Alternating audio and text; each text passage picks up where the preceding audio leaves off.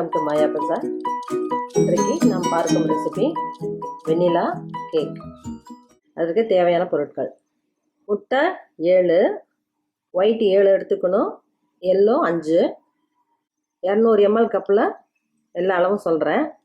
மைதா மாவு 2 கப், சர்க்கரை 1.5 cup powder பண்ணி வச்சுக்கணும், வெண்ணெய் 2 cup, baking soda 3/4 teaspoon, idli soda 1/4 teaspoon, vanilla essence 4 drops. செய்முறை பார்ப்போம். ஒயிட் எடுத்து எக் பீட்டரில் நல்லா ஒரு 2 நிமிஷம் நல்லா பீட் பண்ணினோம்னா போகமாட்ட வந்துடும். பீட்ரு இல்லாதவங்க மிக்சியில் அடிக்கலாம். இப்போ இதோட சர்க்கரை போடுறேன். இது கரையிற வரைக்கும் பீட் பண்ணணும். சர்க்கரை கரைஞ்சிருச்சு, வெண்ணெய் போட்டிருக்கேன். இதுவும் 2 நிமிஷம் பீட் பண்ணணும். மைதாவை ஆட் பண்ணுறேன்.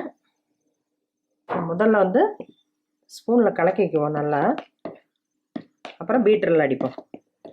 மாவுலேயே 2 சோடாவையும் போட்டு 3 தடவை சலிச்சுக்கிட்டேன். இதில் 1 நிமிஷம் அடிப்போம். எல்லோவை சேர்த்துறேன், வெண்ணிலா எசன்ஸையும் சேர்த்திடுறேன்.